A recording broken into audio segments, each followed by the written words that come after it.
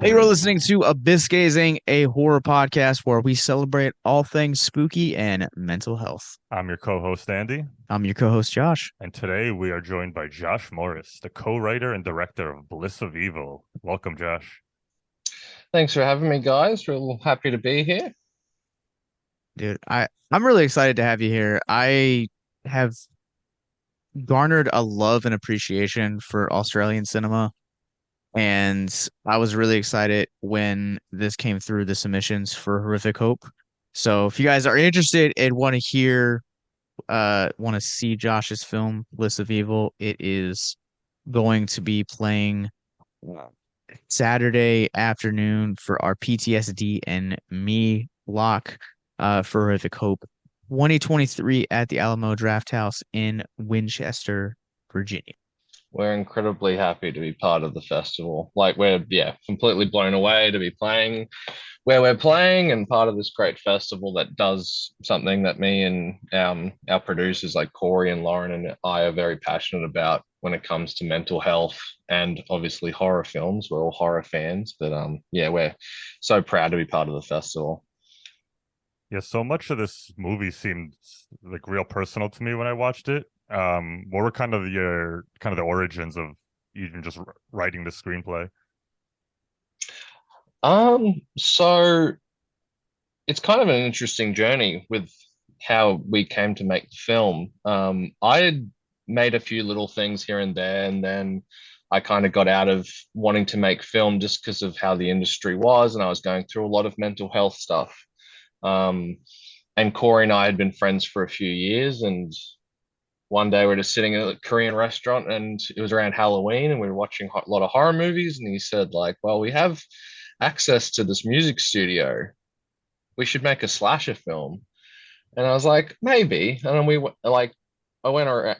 went away and thought about it, and he told me a few different crazy stories that have happened to him, and it kind of just blossomed from there. And then I was boxing, working through mental health stuff that usually find it helps me when I box, and the story just came to me. And then we obviously developed it, and Corey had a lot of input with the script, and Nate, who was our composer, had a lot of input with the script because they had both been in bands, and that's kind of where the based on true events in quotation marks comes from. Obviously, that's a bit Texas Chainsaw, a bit Fargo, where it's kind of is, kind of not really. Um, but and then you have Lauren come in as well, who's our producer. She got a PhD. She's a doctor in psychology. Like she brought a lot of that elements to it because like I've obviously had mental health struggles. Corey's had mental health struggles. A lot of people have, and a lot of people suffer through it. And we tried to bring all of that element to it because um, the idea of just doing a plain old slasher movie, while fun, and I love slasher movies, it's like, what can we bring that's different to it? And while there's a lot of great movies that have involved mental health, I was like, that's my way in to be interested in making this thing. And we tried to include as much of that as possible to kind of give it a bit more layered than just a guy running around killing people. One of the things that we were talking about before we started recording was the movie, the Stylist. And if you've seen Mm.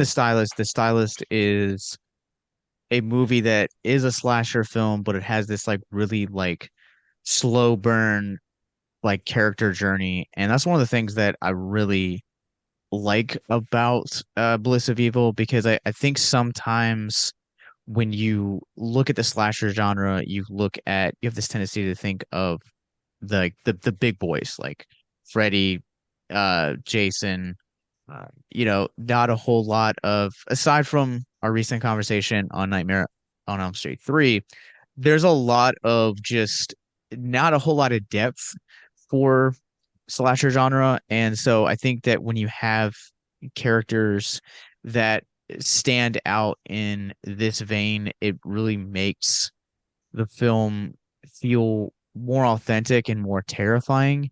Mm. Especially the way that you guys kind of established everything here with um the character of uh Isla. Isla. Isla. I suck at names, so sorry. Um, It's all right. and like just kind of like the healing journey that she's on, but also like how the experience of this filming like also kind of like brings all of that back up. Yeah.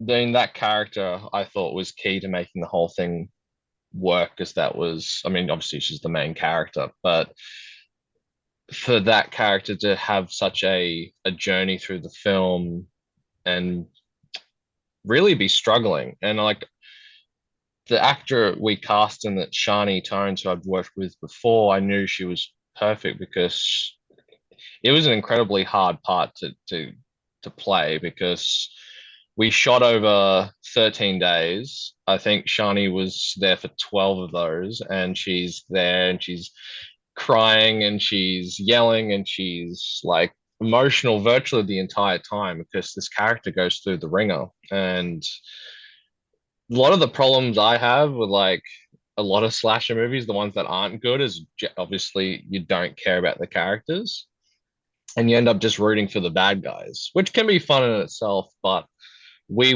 really wanted to make a film where you want the villain to die at the end. We want you to root for the hero, um, or the protagonist, I should say. And I think we achieved that. At the very least, if someone's cheering for Bloodface at the end of that movie, they may have some severe mental problems, because he's a bad guy. Yeah, absolutely. I kind of just want to piggyback off what you guys were saying. I do think you guys accomplished that because I've kind of talked about this on both Josh's and my own show a bunch, but I love slashers, but I always find it hokey, the conceit of the group of friends. They're always supposed to be a Mm, group of buddies on vacation, and they're all five completely different types of people with completely different kind of, you just won't believe that they're all friends. And I think by making mm, it a band, you kind of accomplish it both ways, where you can have some fun with stereotypes with, maybe the mm. stoner character, or the sexually active character, but because they're a band, they also kind of have an emotional connection on top of it. So I thought it was kind of Yeah. brilliant, by using that. You got to get your feet in both worlds. So I was into that. Oh, thank you. Yeah, we, as far as, yeah, that supporting cast, we, it was a easy device to kind of, yeah, like you said, use that kind of like history and play with stereotypes. The main one I remember me and Corey talked about early on was Courtney, the groupie, that sexually active, like Exactly. girl, and like, typically she'd be the kind of girl who'd die first. And we're just like, let's just completely go against type, and like, if you really pay attention to the movie, if you do like it and you end up going back and watching it again, like, you'll notice like a lot of the things she's saying are very like level-headed, and like people just dismiss it because she's so promiscuous and like fun girl, but she's very level-headed, and if they just listen to her, like, they may have all made it out in a different situation. But yeah, it was a lot of fun playing with those character types, but getting to just fiddle around with it and do different things. Like the Roy character, he starts off as a very, I mean, the movie's set in the 90s, and I don't know how old you guys are, but like, I'm old, like I'm in my 30s now, approaching mid 30s. So I remember what the 90s were like, and the casual racism that was thrown around a lot. So like, and sexism and all the other stuff. And those are the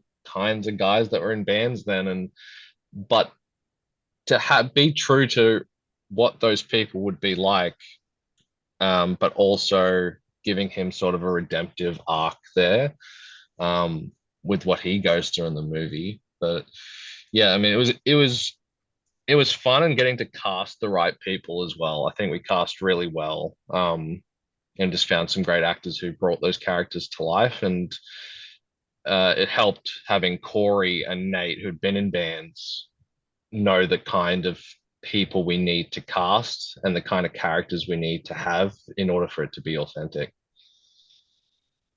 I think too, having a character like Lee serving as kind of this bridge where you have everyone else who has kind of experienced this really traumatic events, Mm, specifically with one of the characters in the films that I'm not, for spoiler's sake, I won't talk about, but he kind of gives us this like almost like this fish-eyed lens of this band to where you kind of see like these are essentially like old friends coming back together. Mm. And I think that a character like Lee, who not only serves as a great potential suspect for the killer, but you also have that like that entrance to where you're experiencing all of this stuff with him.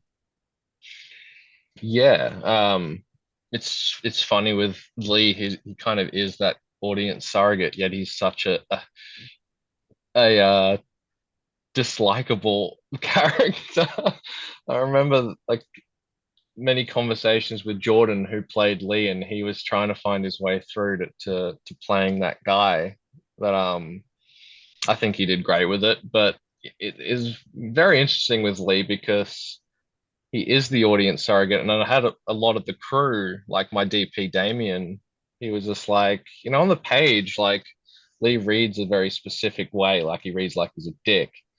But then throughout the course of filming the movie and like all the things he goes through, you do feel sorry for him at a certain point because it's just this poor guy who's been thrown into this situation with all these people who have this pretty traumatic history and a lot of history with each other. And he's kind of clueless. Like there's a point in time where he's like unsure what's going on and he's trying to get filled in and they almost don't want to give him the information because they're more worried about trying to survive.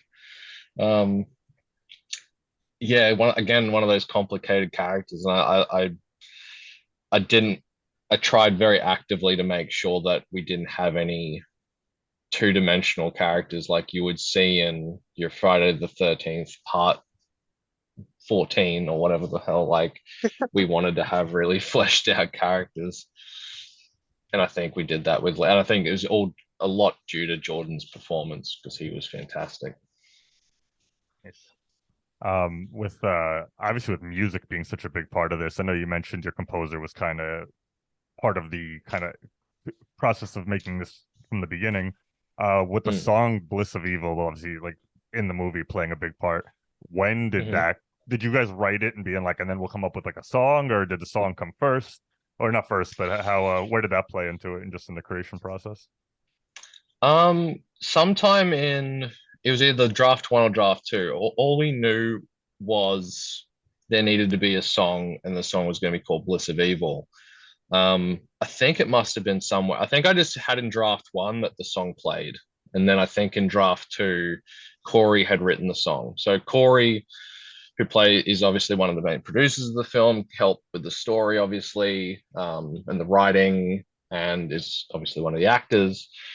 Um, he just was home one day and it kind of came to him, the song. I think he'd been playing with the chord progression for a bit, but then the song just kind of came to him. He recorded it on his phone, he sent it through to me, and I was like, perfect. And I remember just writing down the lyrics and adding it into the script. So it was, I think, around draft two. So I kind of just built everything else off that. But he wrote some of the lyrics based off what we already had in draft one. So some of the lyrics would mirror some of the events of the film.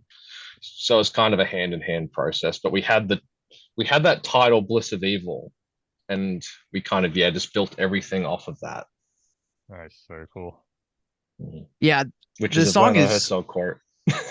uh, the song is so creepy. Mm, Like and a lot of I'm a big score guy and I've talked to uh Lauren about like the score through email and I really mm, like the score. You guys will be able to like actually hear a little bit of the score at the end of the episode. But I think Nate does like such a good job and it's really hard I feel like in slashers. Like I feel like slashers like you have like iconic scores like mm, obviously everyone knows like that, like the dream sequence, the from Nightmare on Elm Street. Obviously, John Carpenter's Halloween is probably the most famous. You mm. have the strings from Psycho. Like there are like so many iconic ones, but the Bliss of Evil like song itself is like keeps in tone so well was that like the original chord progression? Because I know that like Jordan Peele's like Us marketing campaign for I've Got Five on It. Like you listen to Mm, that song and he just like hearing it slow down, like it gives it this like level of eeriness. And yeah. was like composing that song for this film, was it kind of the same process where like maybe it was a little bit more in step with like the punk kind of music that the band in the film actually did, then you guys just slowed it down for like the more menacing scenes? Um, you're talking about the actual song, "The Bliss of Evil," the theme. Yeah. Yeah. Um, yeah. So I think like Corey wrote that, but then Nate did. If you it's the song that plays at the end of our trailer that is released, and it's at in the end credits. That song, which I love, that's actually the same chord progression. So it's actually Bliss of Evil. But we had a whole bunch of ideas for like, and that was one of the challenging things I remember for Corey and Nate, where they were legitimately coming up with how to play Bliss of Evil, and it might happen eventually where they actually do record it or whatever. But there was going to be a punk version. There's obviously the slower lullaby kind of version that gets sung by the by Isla, and then there's the way that Corey's character plays the song. Um, but that was a challenge for them. I remember Corey was up many nights like trying to figure out like how it needs to be different. And Nate obviously had a big hand in that. I mean, kind of touched on it earlier, but yeah, Nate's score is just like fantastic. He wrote a lot of stuff that we didn't even use before we even started filming. And me and him, I had this great collaboration with Nate. I'm just such a fan of his, and I've just keep saying to him like he's so much better. Like this should be his career. Um, I just think he's an amazing composer, and like it's kind of like a mutual admiration society. Like I get the feedback from Nate with my writing the way I've always wanted to get feedback from someone, and then I give him the feedback with his music to like pump him up and get him going. And man, me and Corey were just like amazed by some of the stuff he did. I think without his music, the movie just doesn't work. I think he's such an incredibly talented composer. Uh, and like, I just also got to give you guys credit. Um, the just production value of this whole thing was Mm, really impressive. I've seen a lot of indie things, and sometimes it's more of a work of art or passion than it is kind of technical. So, like, in terms of mm. like the crew, how much background, like, are these people you knew, or were you able to just source out really good talent? Because I thought the cinematography was really good. I know, like, there was a lot of creativity in how it was shot, and kind of didn't have an amateur look. It looked really good. Oh, thank you. Yeah, like considering we made this film for $15,000 Australian, which is like, I don't know, 8, 9 grand US. We had to pull in a lot of Impressive. favors. Yeah. Yeah. But Damien I knew. So Damien Hussey is our director of photography. And he's an incredibly talented cinematographer. I met him I think in 2011. So it was a long time ago. He edited something I just randomly made that I guess was my film school. I was like, I'm going to make something and just learn as I go. And he ended up editing that. And then we just became friends. Um, and he's made his own stuff as well. That's been in film festivals, but he had some crew he came and he brought along um, that he knew, and then I just filled it out with a few other people. I had me and Corey both had friends who came and helped out, and it was just kind of a labor of love. Like there was a bunch of people who believed in the project, and there's a lot of me and Corey wearing a lot of different hats that we. Uh, it would have been great to have other people help out, but at that level, you kind of just end up doing a lot of the things yourself. But if it wasn't for Damien, um, like the film wouldn't look as good as it did because it to have someone I could just trust and knows what he's doing and can make a 15,000. I mean, when we've talked to when we were talking to distributors and our sales agent and everything when we were going through meetings. I think our sales agent was shocked when we said we only made the movie for 15 grand. He was like, I would have said 100 grand minimum. So that, I mean, that's just straight up Damien, because yeah, he's such a talented guy, and we had that music studio, so obviously that helped a lot. We just filled it out a little bit with like some posters on the wall. Um, so the production value was all there. Once I saw the music studio, I kind of just wrote around it. And the best part of it is it looks like a studio from the 90s. It hasn't really been updated. Yeah. It's a great studio, but it looks like it's from the 90s. So it was perfect. And we just, me and Damien and Corey and everyone, we kind of just were like, well, it's a one location thing. We need to utilize as much of the space as we can. So we try to show off as much of the room so it didn't get redundant. And just try to show off the space because it's a great space. And yeah, when you have a talented guy who knows how to shoot, it makes it easy. No, Makes my job easy. yeah, I know for Andy and I, like slashers are probably both our favorite subgenre of horror. Yeah, pretty much. And one of the things that I love specifically about like is obviously like the killer at the center of the story. And we're Andy and I are both big Halloween fans, and you're and also like big Scream fans as well. So like you go through and like you understand like the history of you learn the history of like the mask and like how like there are different variations. Bloodface is like so simple, but it's so effective in terms of like a character design.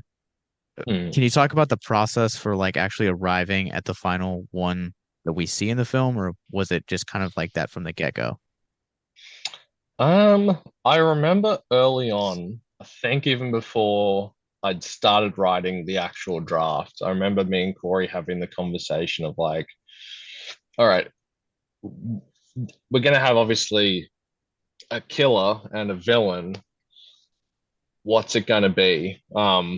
The mask has been done over and over again. Like, do you just want to go generic with it? Like, and I can't remember how he did, but I remember it was Corey, and he said, "How about the character just puts blood over his face, and that's the mask?" And I was like, and then we were both trying to go back and forth, like, has that been done before? And it's like, surely that's been done before.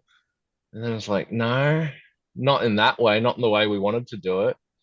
And I'm like, that's perfect. So I have to give full credit to Corey for that. But then we did, and it was just an idea. And then we did a makeup test with our makeup artist Taylor, and it just worked. It looked great. We still have a photo of the first time he put the blood on his face. And we darkened out the eyes because me and him had watched the Night Stalker documentary on Netflix, and that guy just had these dark black eyes, and I think that also helps make the makeup pop. And that was kind of it. And then everything else was just basic. We're like, well, he was in a band. He's gonna obviously dress a bit grungy and stuff, and that was kind of it. It was very easy and simple. Once he said it, and once we figured out it hadn't really been done the way we were going to do it, we're like, that's it. Easy. Yeah, and I got to give you guys credit too, because it not only looks really cool and can be easily associated to this movie. It's you achieve that, but without ruining anything, the movie itself does deal with very serious subject matters. So I almost feel like a mask might even not cheapen it, but just kind of like be making a little more light of it. And I think by keeping it the blood, it really just like roots it down to the inner turmoil of this guy. And like I believed it. Like I believed based on his actions and the backstory we're giving them, like, yeah, that's something this guy would do, as opposed to go to a store and buy like a clown mask. That just seems exactly. But for this story, I don't think it worked. I think you guys made the right call. Yeah, I think so. Like when you look at the actions of that guy, it kind of tracks. Like, yeah. Yeah, he's an interesting guy, that Bloodface. It is. He's into some interesting things. I don't know if I missed it. Is Bloodface said in the actual film, or is that like kind of like how Ghostface was in Scream, where like behind the scenes it's kind of what we called him at first? If you or someone you know is listening to this podcast right now and you're struggling with suicide, addiction, self-harm, or depression, we encourage you guys to please reach out. This is the heartbeat of why we do what we do. Suicide is currently the 10th leading cause of death in the United States, and as of this recording, there are 132 suicides that take place each and every day on American soil. And when you scale back internationally, there are 800,000 successful suicides. That is one death roughly every 40 seconds. So if you or someone you know is struggling, you guys can go to victimsandvillains.net/hope. That resource is going to be right in the description wherever you guys are currently listening or streaming this. There you'll find resources that include the National Suicide Lifeline, which is 1-800-273-8255. You can also text HELP to 741-741. We also have a plethora of other resources, including churches, getting connected with counselors, LGBT resources like the Trevor Project, and also veteran hotline as well. Please, if you hear nothing else in the show, understand that you listening to this right now, have value and worth. We get it.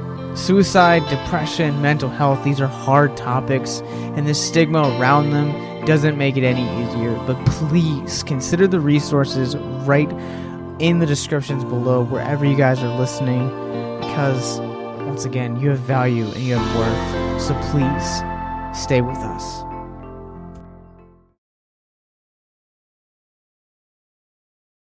It kind of just became that. It's never said in the film. That's cool. I was like, did I miss that? Because I love Yeah. it. I just, this is the first time I've heard it. yeah, I love Bloodface. That's great. Yeah, I think yeah, me and Corey were just going back and forth of like, because in the script he's the character is not even described as a person. It's we kind of went off the Halloween thing of where instead of the shape we had the figure, because it was like, I don't see this character as human.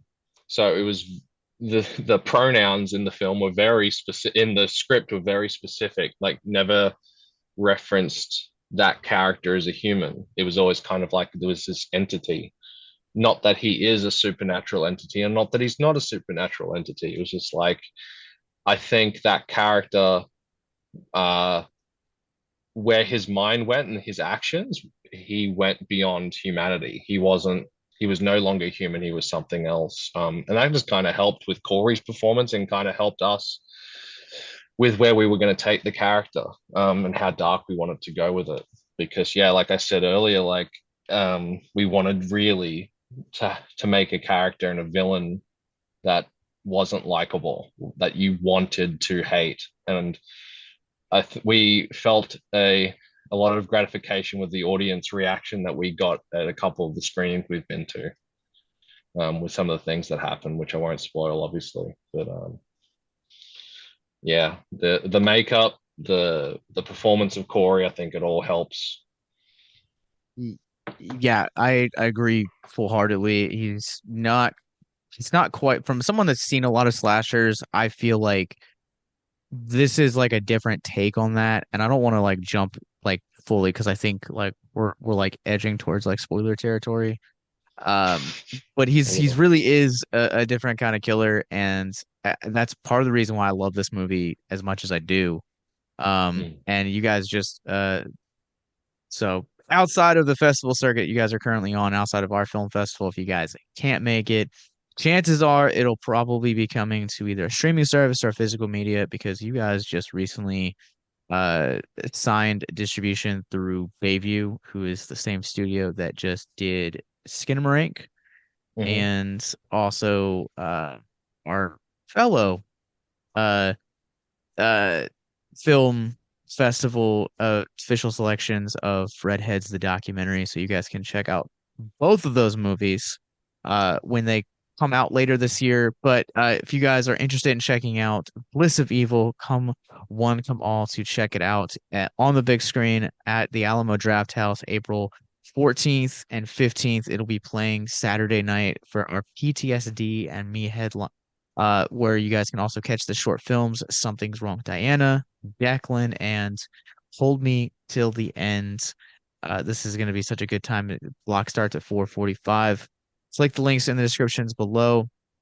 Thank you to our festival sponsors in You Have to Watch This Podcast, Horror Pack, Conflicted Printing, Diabolical DVD, and Fierce Literature, all of which you guys can find in the show notes below. But we are continuing on our Evil Dead series. So Andy, what's next up in the series?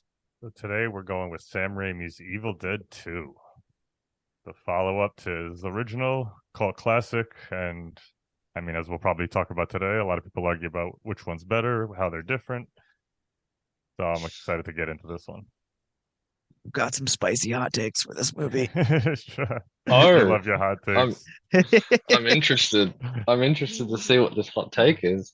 Hot takes, I should say. I love starting our Evil Dead series with hot takes every time. It's pretty great. I will say that like I understand the placement for why people like this movie. I feel like it's a little bit more digestible, but I'm a little bit more of a fan of the original film because I feel like the horror aspect of it's really is a lot stronger. The actual like narrative's a lot stronger, as you guys can tell from the episode we just did on it last week. But this movie to me like almost feels like classic Hollywood a little bit, and I didn't notice it until like this viewing, like how much this feels almost kind of like the era of like Three Stooges, Marx Brothers, like the physical comedy in this movie. Yeah. I'll let you take what's your takes on this, Josh? I mean, look, um, I rewatched the film again last night because for this episode, and like I remember when you suggested this, and I was like, look, I said to Corey, I'm like, look, it gives me a reason to watch this film for like the 80th time. Exactly, me Um, too. it's truly one of my favorite movies of all time. Like I'd say this is in my top 20 of all time, maybe top 10. It Nice. obviously fluctuates, but I adore this film. I was amazed because I with my film Bliss, there's a line in the film that I directly ripped off of Evil Dead 2. Um, and but then I was watching it and I was like, fuck, I ripped that off from that. I ripped that off from that. There's like similarities. I was just like, there's more in common with Evil Dead 2 than I thought. And I was like, this is actually great. I'm seeing this from a completely different lens this time. But yeah, like you said, I mean, all the stuff you talked about, like the Three Stooges stuff, the Marx Brothers stuff, that's what I love about it. But a lot of people talk about how obviously this is one of the best horror comedies of all time. Mhm. And I think they're obviously right. And it's a very funny movie, but I forget every single, I mean, I've seen this movie like 80 times, and I forget every single time just how thrilling it is, just how exciting it is, and how it doesn't let up and it's relentless. But yeah, God, it's funny. Like some of the gags in this film and Bruce Campbell's performance. I think Bruce gives one of the top five best comedic performances, physical comedic performances I've ever seen. I think he's genius. I don't know how he didn't get like a multi-picture deal out of this movie. So much charisma, um, and the inventive camera work. I mean, this film is revolutionary. Um, that and Raising Arizona came out the same year, and there were things done in both of those movies with the camera that had never been done before. Obviously inspired a lot of people, and obviously inspired me. But yeah, I adore this film. I think it has the perfect um, combination of the horror and the comedy. I think Army of Darkness goes a little too far. I prefer this. I prefer this to the first film. Yeah, I think it's a masterpiece. I think it's one of the best movies of the 80s, one of the best movies of all time. It's nice. Um, I the reason I love the Evil Dead series so much, not just because each installment is so different, and I'm even including the remake and the TV show. I think everything kind of has its own charm to do its own thing. Mm. But what I love the one through line through it all is it's kind of just Sam Raimi's one series where it's like a playground for filmmaking. Like from the Mm. first movie where they had no money and just imagination, all the way up to the budget of the Stars TV show.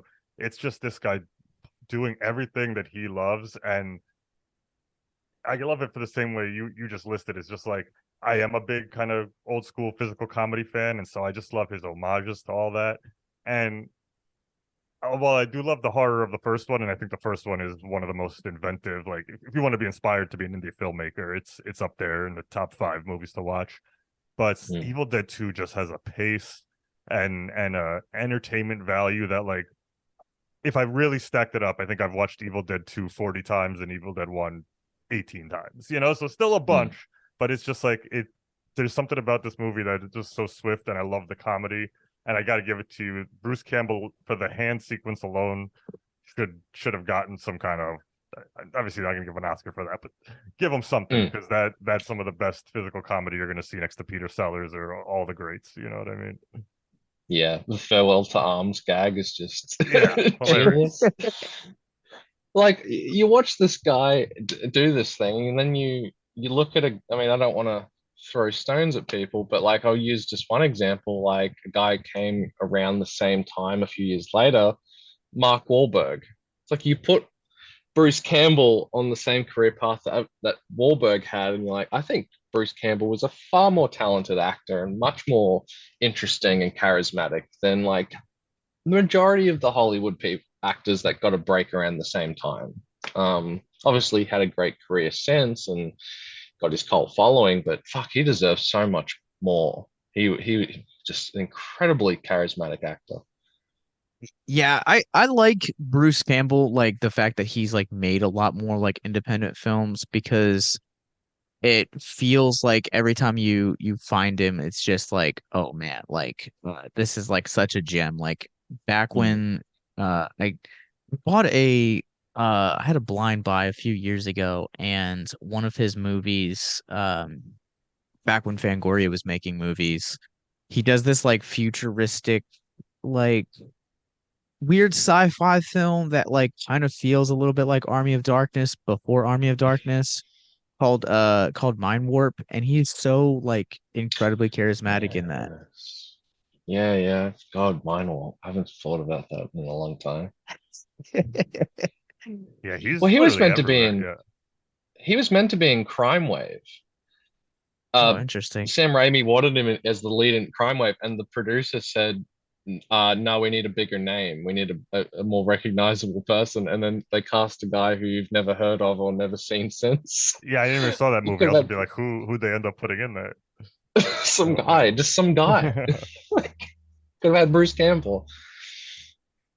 But yeah, it is crazy how many like different people could know him from different things. Like, the horror community has its thing. My fiance grew up loving Xena the Warrior Princess, which Sam Raimi helped produce, so he was on that.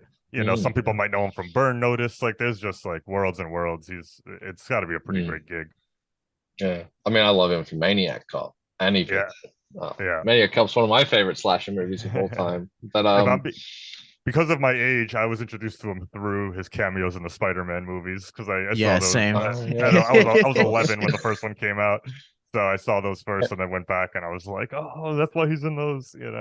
Yeah, he was my favorite part of Spider-Man 3. I remember not liking that movie at the time, but his French part waiter was characters, pretty great. Yeah. Yeah, the fact that they never made Spider-Man 4, like the biggest crime is the fact that we never got to see him as like Vulture. Or sorry, he was going to be Mysterio. Mysterio. Because that was going to like explain like how he was able to be the same guy but play like different characters in the trilogy. And they've like released like concept of art of what he would have looked like, and it's like, dang, would have been so awesome in that role. That would have been sick. There's always, with the way these movies get made now, you never know. We still might get it one day. Now that multiverse is a possibility with anything and everything. All we got to do is open a portal and you can walk right through. That's right. Spider-Man 4, here it goes. Yeah. Andy, I don't want to like concur and agree with you. I think to me, I think the Evil Dead like 81 is a better film, but I think this is a more entertaining film. Like, I feel like Evil Dead has a little bit of like a weight that's like not the easiest to watch, but this film is like so light and like fluffy and is like such a masterclass in like practical effects. I know we were talking about the practical effects that we a couple episodes ago on Nightmare on Elm Street 3. This movie, like, I don't necessarily say like it blows it out of the water, but I feel like the final like sequence, like before he gets sucked into 13 AD, 1300 AD, like with like the tree and like the face, like feels very reminiscent of like the Freddy snake from Dream Warriors. Yeah, definitely. I mean, and even just on a like not on such a big scale, the tracking shot through the cabin, which we talked about in the last movie, was really cool to see it go through once, but the way it follows them, I'm still watching it. I watched it with the commentary today just because I wanted something new on the DVD, and I was like, I don't even know how they did that. Like, I work in film, I know DPs, I'm a sound guy. I'm like, I don't even know how you get through that and record it with today's technology, let alone back then. Yeah, I'm curious for you guys, like the first one, obviously with like I don't know like what the technical term is of it is, but like the spirits that like moves and like possesses everyone through like it doesn't have like an actual like The face, which evil. kind the evil, yeah, which kind of Yeah. makes it like more terrifying in the original one, whereas in this one, obviously they're leaning a little bit more into the slapstick elements. You kind of get there's that shot where it's like join us, and you kind of like see this like just this like badge of like the eyes in the forest. Does that like t does does it feel like by kind of taking away that uh like unknowingness, does that like take you guys out for this movie? Not for me. I mean, obviously, practically in that first one, and he used it incredibly well with like getting across the evil of like what it was doing, like because he didn't have the money, but it worked incredibly well. But no, I mean this one, it's Evil Dead 2, but it really is in many ways it's a remake. It's virtually the same thing, just it to me improved. And obviously we have the recap sort of just in its own way, but no, there's nothing in here for me like that ruins anything. It's such a perfect little movie and just a thrill ride, but I think he just got to play on a bigger scale and got to do a few things that he would have liked to have done on the first one. Although apparently he wanted to do Army of Darkness with this, but they didn't want him to. They wanted him to do something similar to the first one. So I think he was just literally just playing and doing a lot of the things he wanted to do because he had more money and more time. And yeah, I can kind of see what you're saying, Josh, and taking you out in the sense where if you've only seen the first one and you're truly invested in like how how much horror elements it gives you, and the first one actually does also, it has its fair share of slapstick. It's just way more muted. It doesn't like live in it. Mm, You just kind of Yeah. watch Bruce Campbell fall into a bookcase yeah, and the bookcase falls on him and goes, oh, and like so yeah. it's there. It's not like it's completely out of left field. So I don't Mm, know. The more hokey aspects of the second one doesn't take me out of it, but it also, I when I came to the series, I kind of already knew its reputation. So mm, I don't know if that changes it or in the way you watched it. So like I already kind of knew Ash as a character with a chainsaw in his hand and a gun mm, before I even watched the first one. So to me, yeah. those things never took me out of it because I never really went into this wanting a straightforward horror movie. I always knew we were kind of going for a more comedic, over the top, just kind Mm, of comedy.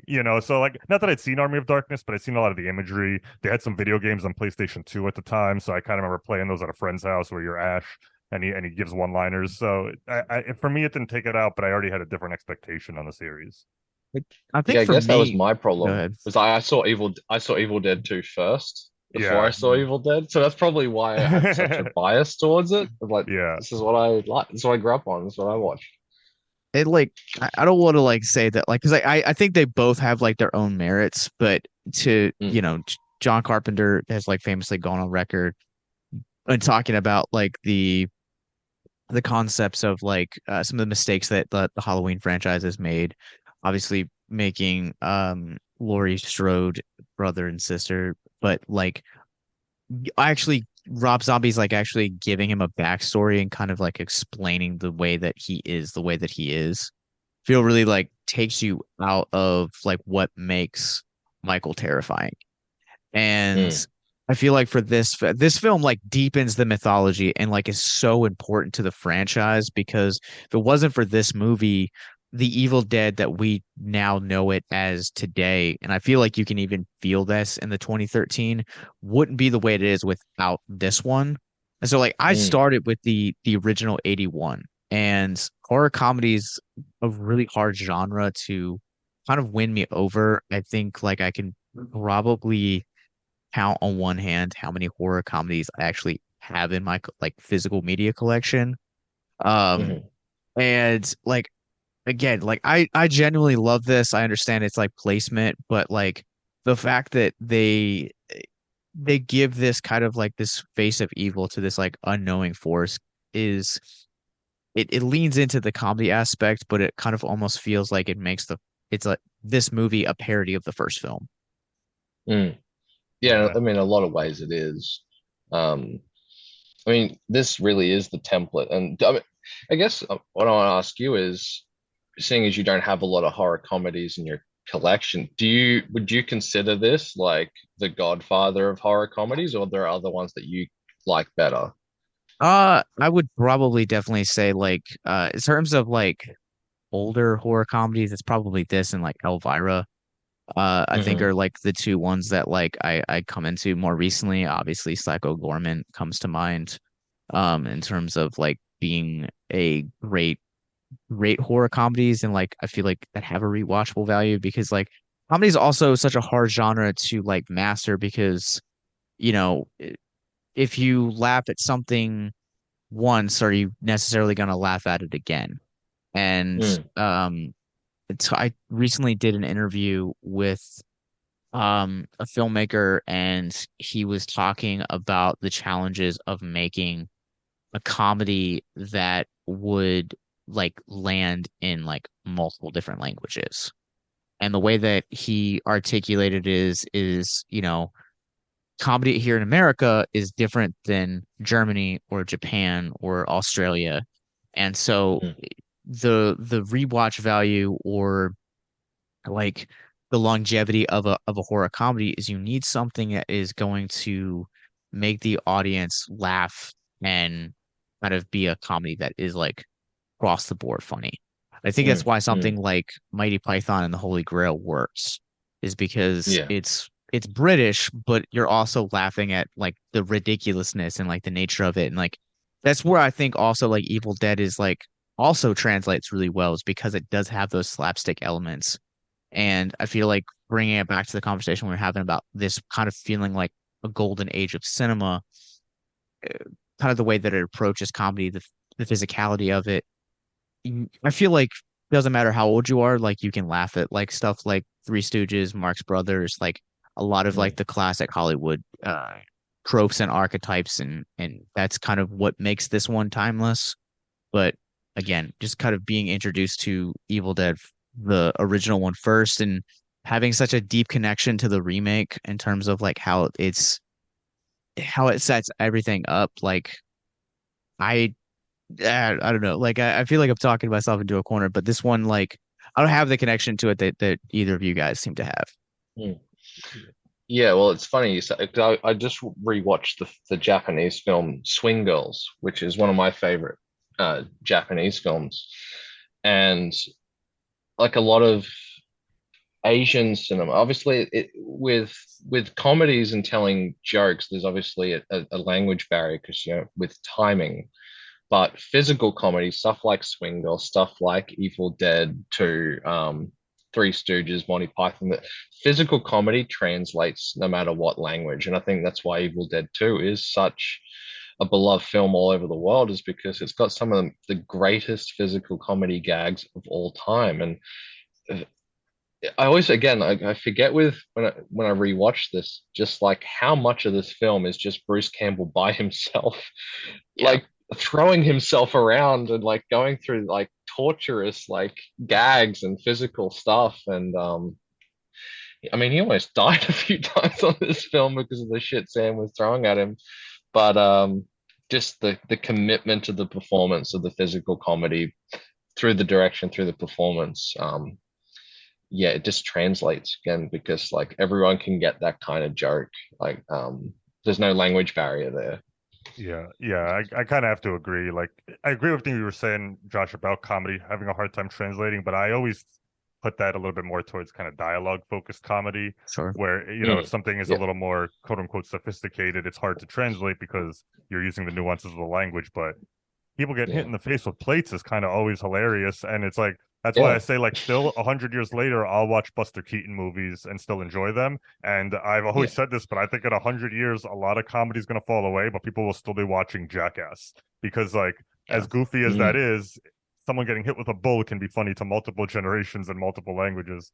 So I think that's where this movie works, where it's like, this isn't sophisticated comedy. It is a lot of, it's the grape down the throat gag, except replaced with an eyeball. It's kind of just like, it's base humor, but, and I'm not saying that to disrespect it, I just mean it in a way where it's pleasing to a big audience, and it's why I do get to giggle at this every time I watch it, as opposed to other 80s comedies that I might have loved at one point, but I overwatched it and now I don't laugh anymore. But like, I'm always going to giggle at Bruce Campbell, just his hand creeping over, grabbing a plate, hitting it. Like, it's just funny, man. Funny's funny. I will say though, I do love this movie as well. I don't think I'm quite as in like my top 10 favorite of all times. I will say, for me, I think once we start getting towards not the very end of the movie, but that beginning of the third act, I do find the film drags a bit. Just like, because narratively there's not a lot to hold on to. It is just kind of set pieces. I don't think there's a single bad set piece in this film. But I have tried to show this to people who aren't fans, and sometimes, like, when they're in that room with the floating head, by that point they're like, how much, like, this movie's dragging a little bit. So I just want to say, because like I don't want to just only, I like to give both sides. So every set piece is great, but I do think as like a full 3-act film, there's not enough meat there. But I also kind of feel that way about the first one, so that's just me. Yeah, look, I admit my bias. It's I kind of like it. We're three different sides here. It's like the Three Little Pigs right here. I think that's also too like what makes like the best podcast episodes is like people that like have like either differing opinions, but also at the same time like have this film met them at different points in their life. Because I hadn't seen this film probably till 2 years ago, so like this franchise is like still like fresh in my mind. Oh, so, wow, interesting. Oh yeah, no, this was a teenage, like, I mean, it was already the 2000s when I saw it, but it was when I was a teenager, and it was always on repeat. Yeah, I just remember that VHS tape. The cover. This is super nerdy, but have you guys ever caught the fun little connection where in Evil Dead 1, there's a poster for The Hills Have Eyes because he loves Wes Craven. Then in Nightmare on Elm Street, they're watching Evil Dead, and then in this movie, there's a Freddy glove in the background. I love that kind of it reminds you that the film community is not that big. They're just buddies making movies. That's right.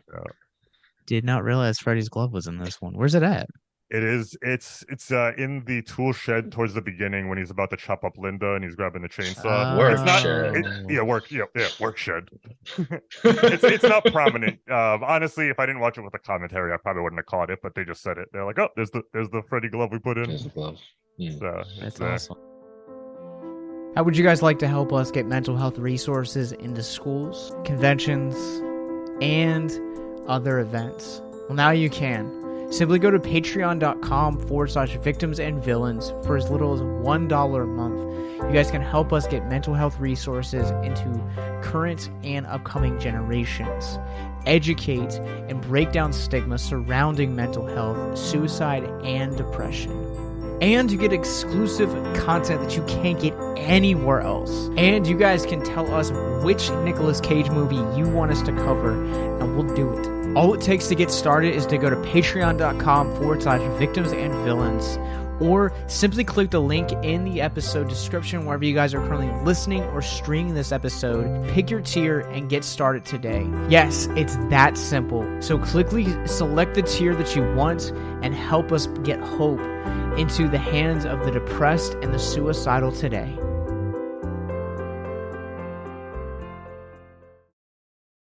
But it's Yeah. funny though, like you saying about like a differing opinion. Like we're literally saying like there are things in there that we both recognize, but it worked for like me on a certain level, it worked for Andy on a certain level, worked for you on a certain, didn't work for you on a certain level, but we all agree that that was there. It's just, one of those films that really does get, and one of those series that really gets and connects with people. Because I know people who love Army of Darkness above all of them, Yeah. and there are people who like you, like Josh, like love Evil Dead 1, and that's it. Like they don't like the Yeah. comedy stuff, and there are people like me who love Evil Dead too. Yeah, and Um, I'm not saying it's my favorite, but I'm someone who mm, loves the television show. I thought that was a perfect mhm, medium for this kind of monster of the week type stuff. It's not my favorite of mhm. everything, but yeah, like you're saying, there's like I think that was one of the best things they ever did. I think Yeah, also it's too, just like yeah. this is a franchise that like just depending on like what your mood, because Andy brought this up earlier, like how every entry into the series feels so different. Hmm. And Mm, I think by the time we get to the end of the series and we're talking about Evil Dead Rise, I think that's going to be another one that feels completely different than any other entry into this franchise. But I think like this is probably one of the strongest horror franchises that's like ever in existence, because even if I have like my qualms with like this one, like I don't, they're very, very minor, but I would say that like this film has like such a strong foundation because I like obviously I've articulated I love 81, I love 2013, I like Army of Darkness, I really like this film.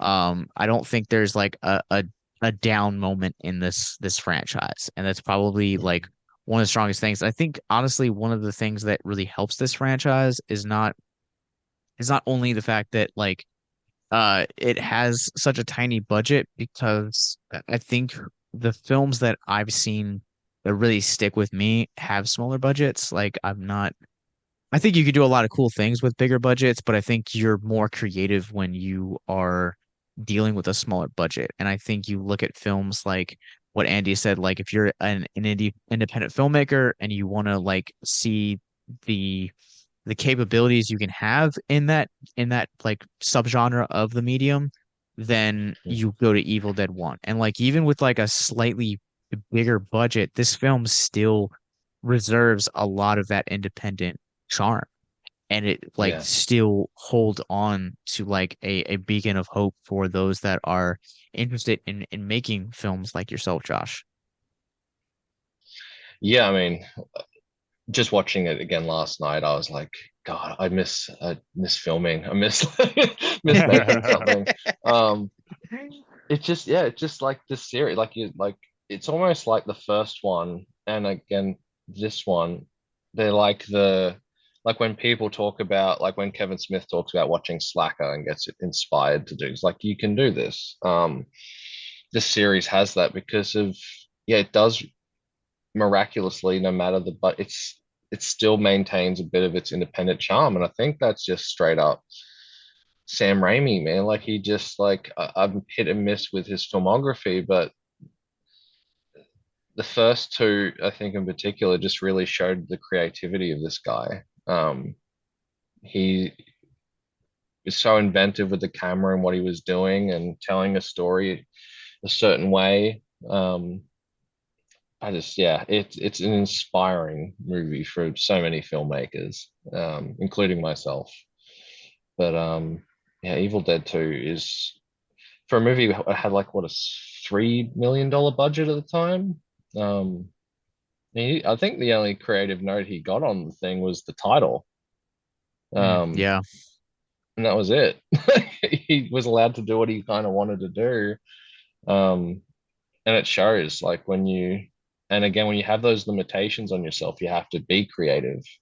And I've never Yeah, seen anything done like yeah. Evil Dead 2 or This, Evil Dead. this this falls right in that era of practical effects where I don't have a year Yeah. exactly, but like somewhere around 86 to right up to like Jurassic Park was probably Mm, the best practical effects we'll ever see. That's where the thing, the fly, this all fall in mm, because like everybody was at such the top of their craft before the industry changed and we kind of moved away from it. So like yeah. anytime there's a effects heavy horror movie in this era, like just the best people were working on it. I mean, I think this was Greg Nicotero's one of early movies. Yeah, well, And he Yep. went on to do yeah. Walking Dead and Land of the Dead and all these other things. So Then you look like, a few years later yeah, to exactly. Brain Dead, which is heavily in like I mean, in a lot of ways, it's even more nuttier than this. Oh yeah, Like, definitely. Oh yeah, Peter Jackson. I'm sure he was watching Sam Raimi when he was making those movies. need more blood. Just kidding. I mean, the ending of Brain Dead is like even more heightened, nuttier version of the end of this film. It really Like with the is. Yeah. giant, like yeah, like it's just. I mean, I love Brain Dead, but Yeah. God, trying to show that movie to some Uh, people who aren't used to that level of gore. yeah, oh, it's tough. Yeah, it's Yeah. one thing I also want to say, I mean, this is obviously all speculation, so this hindsight's 2020, but I kind of think if this series didn't get a signature charm in this, it might not be as big as it is today and might have went something more maybe like Amityville Horror down to direct to sequel. Because the first movie is great, but the one there it doesn't, if you just make a sequel very similar to that, it doesn't have a strict identity in terms of just like iconic looks and things like that. The way, in the 80s, it's just what they were looking for. You needed, and by giving Ash a chainsaw arm, a signature personality, kind of one-liners, I think that gave it legs. And again, I'm just speculating, but I wonder if they didn't go that route, if this would have turned into just another kind of like direct to DVD, the way there's 10 Amityville horrors and none of us really even know about them. Pretty sure there's like closer to 25. Yeah, and I don't know. Yeah, I saw one recently called I saw the Amityville Karen was recently on Shudder, and I was like, I'm not gonna watch that. Just you can plop Amityville on anything. We could have plopped Amityville on our film, Amityville of Evil. Like, yeah, you can just do it. But so I think I'd agree with with that. yeah. Yeah. No, I think you're right. I think that I mean, this and Army of Darkness are the ones with the giant fan base. But I think that it really, which is ironic because while I agree with you, and I think Evil Dead 2 is the more popular, what made it popular and what made it what it is today in terms of the popularity.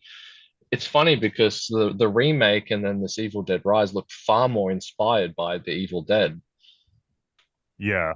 And I'm actually I like that because I'd rather go back and forth a little bit. Like, because I was talking about the TV show. That's 3 seasons of this tone. It's like taking Evil Dead 2 and turning it into 30 or so episodes. So like we have plenty. So I actually like the way the tone shifts. It's tough because we haven't recorded our episodes yet on the future ones, so I'm trying not to fully give away how I feel about them. But we're not doing the TV show, so that's why I don't feel bad talking about that. All right. All right. So I had to look it up because I was like genuinely curious. There are 55 Amityville horror. Are those like all legally the same? Like, you know what I mean? Or is this like any company can put out a movie with the word Amityville on it? You know what I mean? I'm pretty sure I'm pretty sure at this point you can do it. It's like Hellraiser needs to be tied to whoever owns it. Like, you can't just make your own and yeah. And well, so according to IMDb, there is only 28 in that series, but I think it's what you're talking about, Andy. Yeah. Because like some of these it's just a place, it's not trademarked. Some of these is like getting back into like the more recent ones. It's like Amityville Cop, Amityville Cabin, Amityville in the Hood, Amityville Uprising. Amityville's a neighborhood, so they took the neighborhood and they put it in the hood. There's Are these all on Tubi? Probably. There's if not Crackle, maybe. Amityville in space, and probably my favorites. Amityville. Oh, there's also Amityville Vibrator. Oh, fun. And probably Masterpiece. Yeah, probably my favorite. Poster right here. Amityville Poo 1 and Killer Poop 2. Oh yeah, I think I'm good. I'm sad I missed those. All right, I take it back. Evil Dead would not have become Amityville, but I stand by my statement somewhat. Evil Dead 36. Evil Dead Poop. Evil Dead in space. Although, I mean, Evil Dead in space, Evil Dead in the hood, I could see it happening. Look, I'd be here for it. Oh God. Why not? I don't know. Was that the next I script? Did we just inspire you? Look, I'm tempted to if it make an happens, it happens. Amityville film now, just because why not? To Yeah, join yeah. the long list of illustrious I mean, filmmakers who've literally just done call it so Amityville, many films. Australia, and I think that's it right Yeah, there. You're halfway Boom. there. yeah. You There's heard probably an you. Amityville somewhere around here. Hey, you I heard it mean, here I don't think first. there's one in space, so I think you're fine. I think you can There is take one in creative liberties. space. Amityville in space. I know. Yeah. Oh, The Amityville Down sequel. Under. Yeah. Boom. Way Boom. better. There you go. There you go. I'll do Uh Crocodile Dundee goes to Amityville. Something Oh, like that. oh, There you go. sold. Here's your budget. There you go. Go make it. does Paul Hogan have a different career in Australia than here? Like, is he doing stuff we don't know about? Very little. Okay, I didn't know. Sometimes you find that, like, oh no, he's still huge, and like, we just They, stopped watching him. I mean, they trot him out onto television shows here and there, and they ask him the same story about all the They ask him. time. They So ask. They ask him if this is a knife or not, and he answers. yeah, that's kind of Like, what is happens. it? I think the last thing I knew he did was like a comedy, Strange Bedfellows, where him and Michael Caine. I don't know if you guys know the Australian comedy hit The Castle. There's an actor in that, Mm-mm. Michael Caine. I think him and Paul Hogan.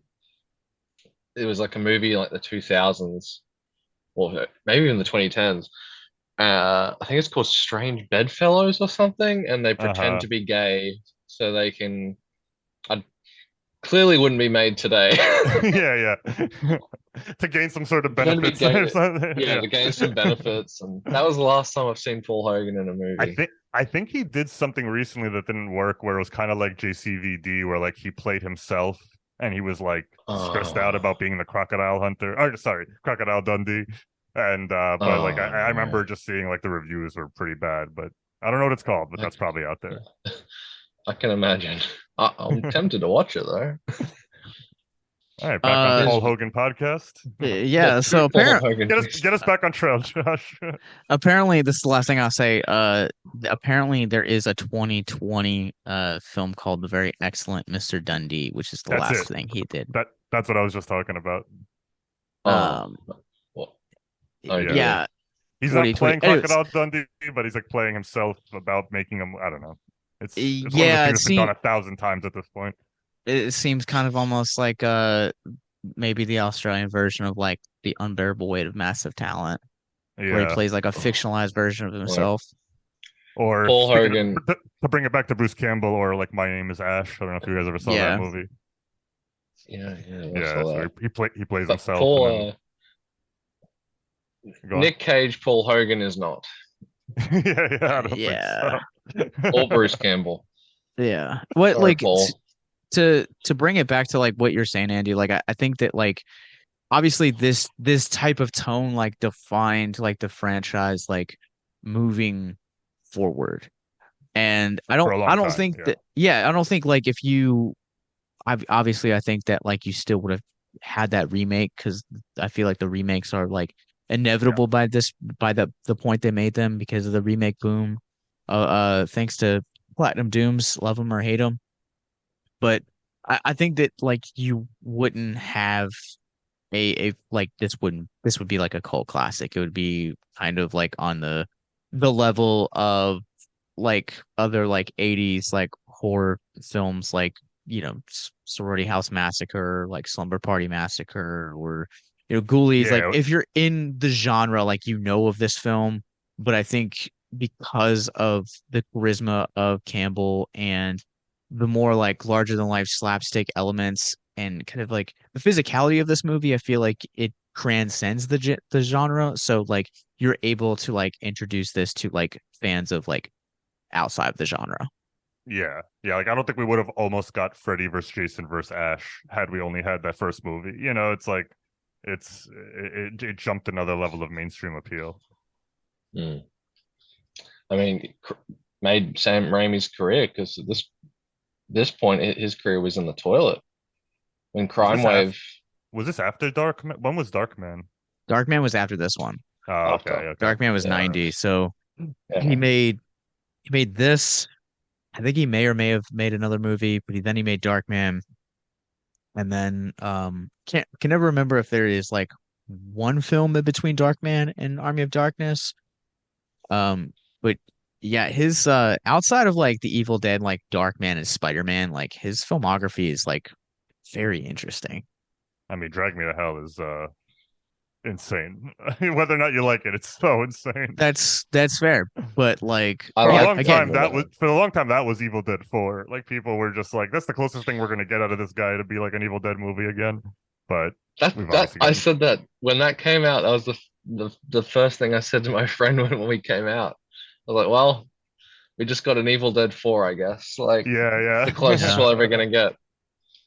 But And then we actually one got of more. one of the things that like it's not just I think Campbell that sets up this franchise like moving forward in terms of tone. This film like also sets the groundwork for like the mythology like moving Mm. forward. Because like it essentially takes the the outline of the first film, condenses it to like an 8 minute like tribute sequence, and then like just completely deepens it like moving forward.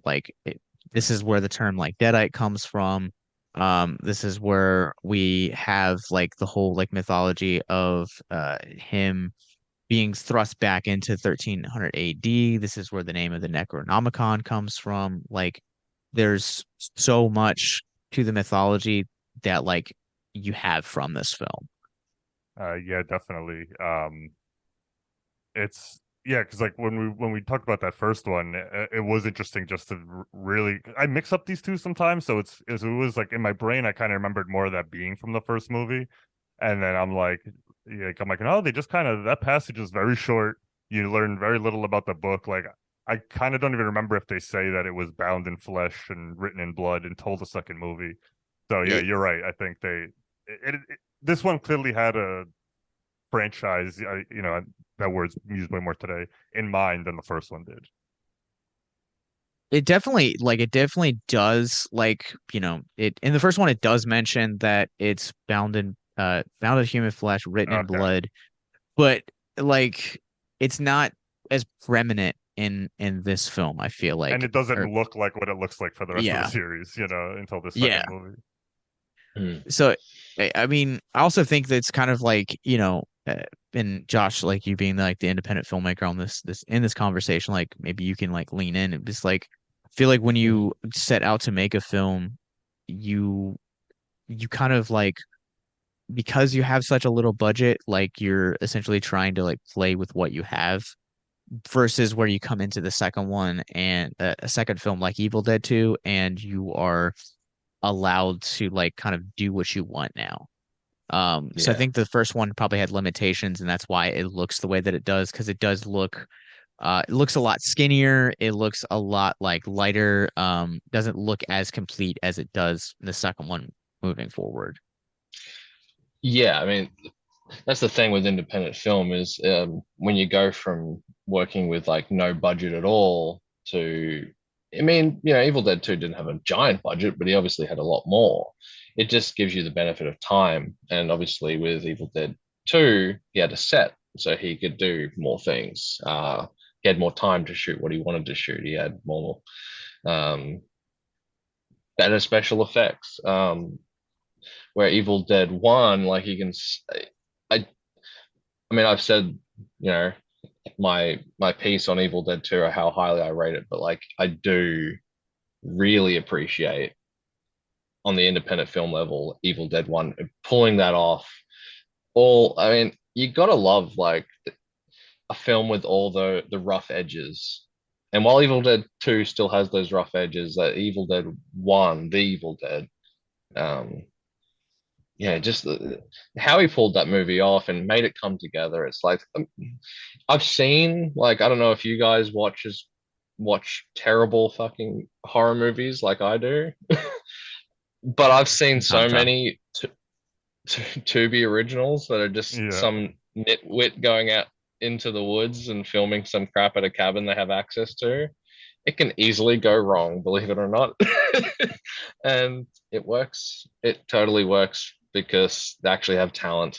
Um, and it was just a bunch of friends who came together, believed in a project, and worked on it and made it happen. Like, and now look where they are. They've got a multi-million-dollar franchise where they Yeah. release a different special edition Blu-ray every few years. I know, I had to How stop many myself. versions?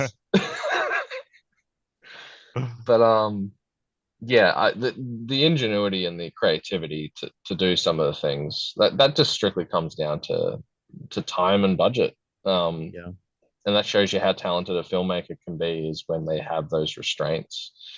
Because we see when directors get $200 million, $300 million, doesn't necessarily make them a better filmmaker, doesn't necessarily make it a better film. I mean, look, Sam Raimi when he did what was that movie, Oz the Great and Powerful or I whatever was just whatever Yeah. about to it chime was. in with that. Yeah, like that to Yeah, me that was a little bit lifeless.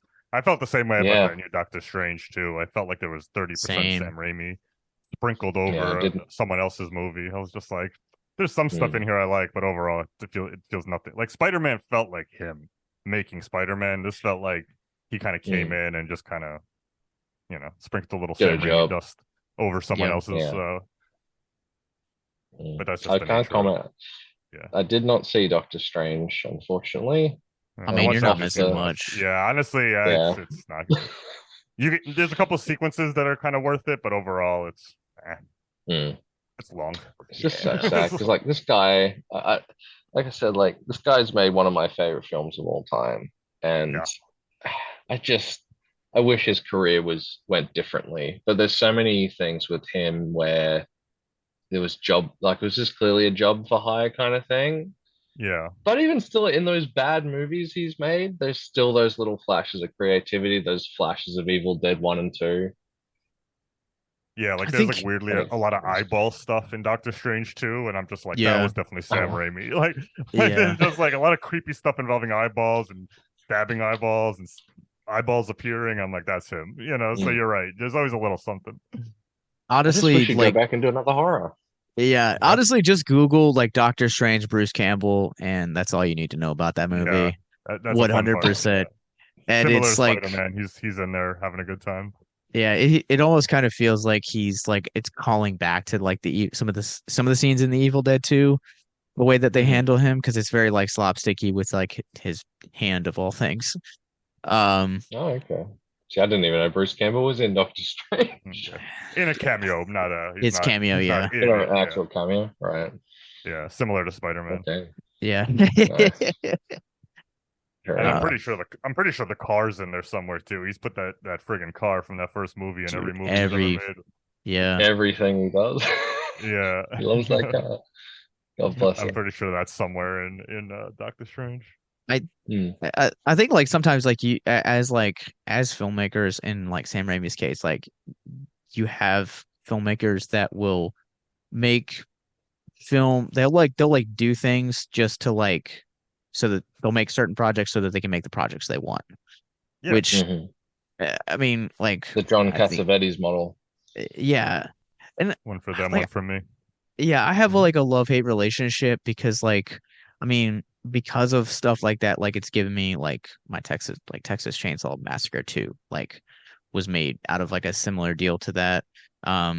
And like I think like there are some like nuggets out there, but it does kind of suck that like we're in this like model, especially now in Hollywood, that we're kind of getting films that just feel very like reminiscent of like the familiar like they're pumping out like IPs. Like don't get me wrong, like I'm really excited to see Evil Dead Rise at the end of the month, but like I find myself like the older I get, like drifting more towards like cinema like Bliss of Evil because you are not restrained by Mm, the Hollywood system the way that, other things. And like I'm with you, like I really wish that like Sam Raimi's like career would have looked differently than what it is because like I think the Evil mm. Dead trilogy is one of the best trilogies we've ever gotten in film.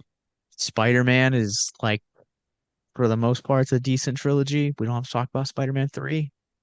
No, But let's avoid I that one. yeah, I do wish that like his career would have been like a little bit more like lenient towards Mm, like the horror stuff, or like even maybe in like the realm of like Guillermo del Toro, where you're maybe not mm. making like straight horror films, but you're making horror adjacent films.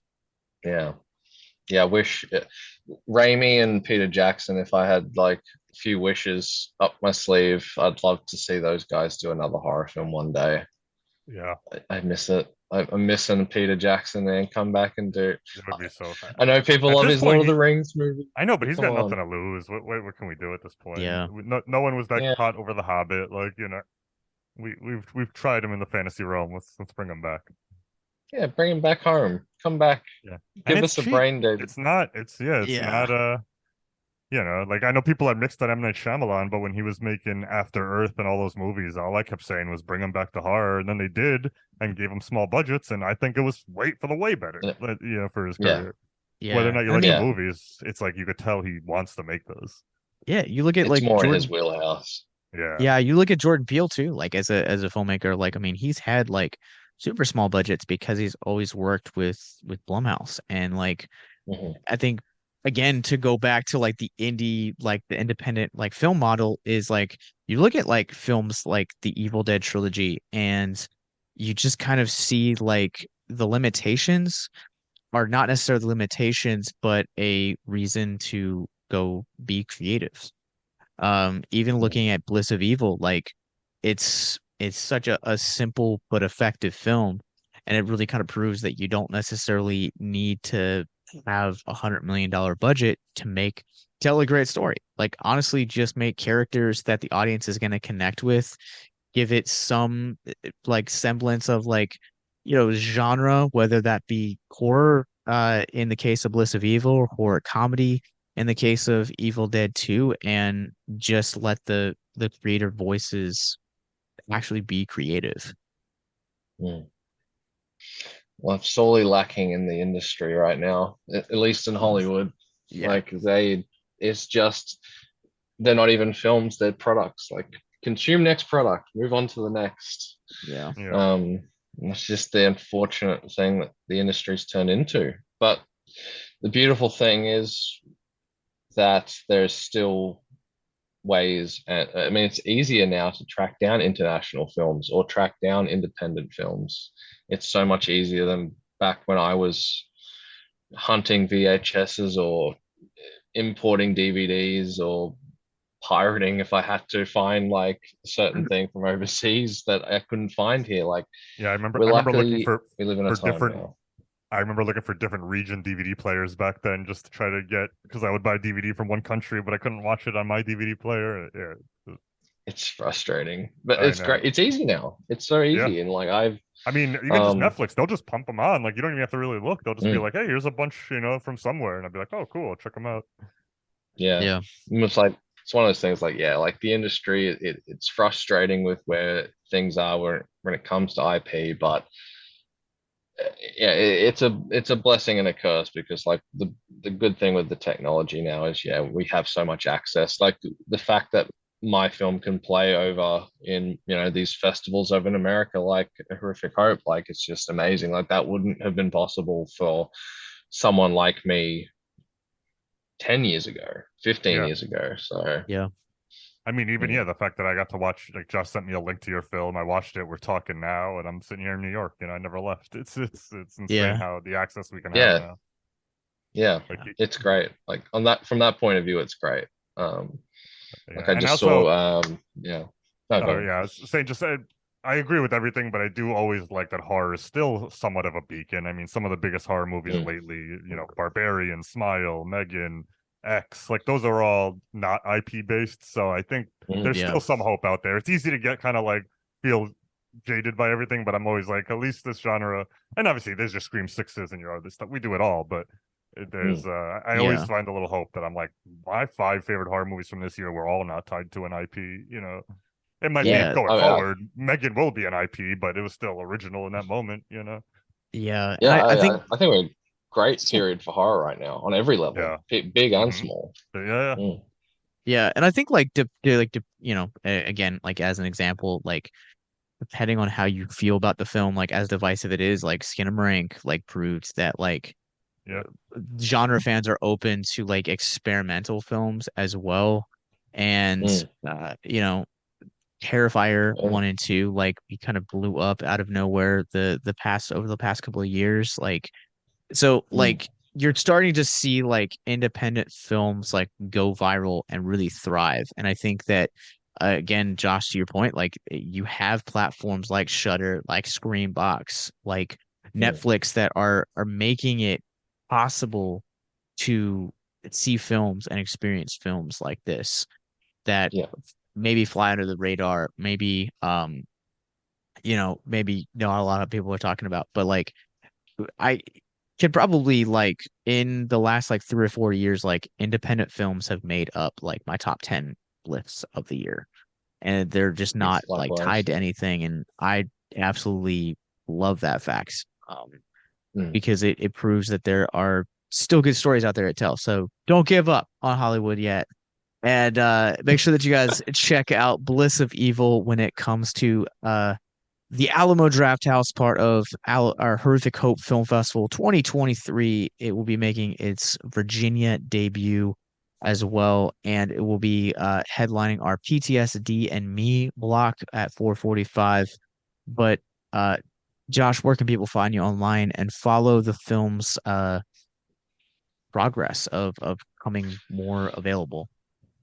Well, I'm one of those weird people. I don't have any social media right now, but you can follow us at Pieces of Work Productions on Instagram. We're also on Facebook. Yeah, you can find out all the information there. You just, follow Bayview Entertainment as well. Obviously, we've signed with them. Hopefully, we can share more news soon. I know things are in the works, things I can't talk about. But yeah, it's all very exciting. I'm just so proud of that we get to show everyone else's hard work, um, because there's so many great people made this film possible, and the fact that we get to play it in an Alamo Draft House with Horrific Hope and play it at all these great film festivals around the world, specifically with all the support we're getting in the United States, blows us all away, and we're just so proud of the fact that we get to share this film, and hopefully people go and check it out. I'm just so happy for the platform. And I'm, thankful that you guys wanted to chat to me about it and you guys liked the film. And yeah, I can't say thank you guys enough. I really, really appreciate it. I know the whole team does as well. It was a pleasure to have you. Yeah, absolutely. So No, this was fun, man. make sure that you guys follow them, because hopefully by the end of the year you guys will, if you guys didn't get a chance to make it to Horrific Hope or any of the other film festivals, hopefully you guys will be able to see it on a platform like Shudder or like Screenbox or Tubi or just anywhere, because this movie is, I feel like it's not necessarily it's a fun film because of the subject matter that it deals with, but it's a really smart slasher and just draws you in and brings it to the edge of your seat and develops its characters really well. So go check it out and come join us at that Horrific Hope Film Festival next month, April 14th and 15th. But Andy, where can people follow you online? You can follow me at Love What I Love podcast on Facebook, Instagram, or even TikTok. Or it's actually at LWIL podcast, but that is where you'll find me on my other show, talking about an assortment of things. And come join the discussion. Yeah, you guys can follow me. I'm on Letterboxd at Captain Nostalgia. And you guys can follow me on TikTok where I make the occasional video. This is Gent Ghostface, Gent. You guys can follow our podcast wherever you guys get your podcast from. Just search Abyss Gazing and follow our parent company, Victims and Villains. We're on Facebook, Instagram, Twitter, Twitch, and of course, wherever you guys get your podcasts from. Remember, until the next time, the longer that you gaze into the abyss, the more the abyss gazes back into you.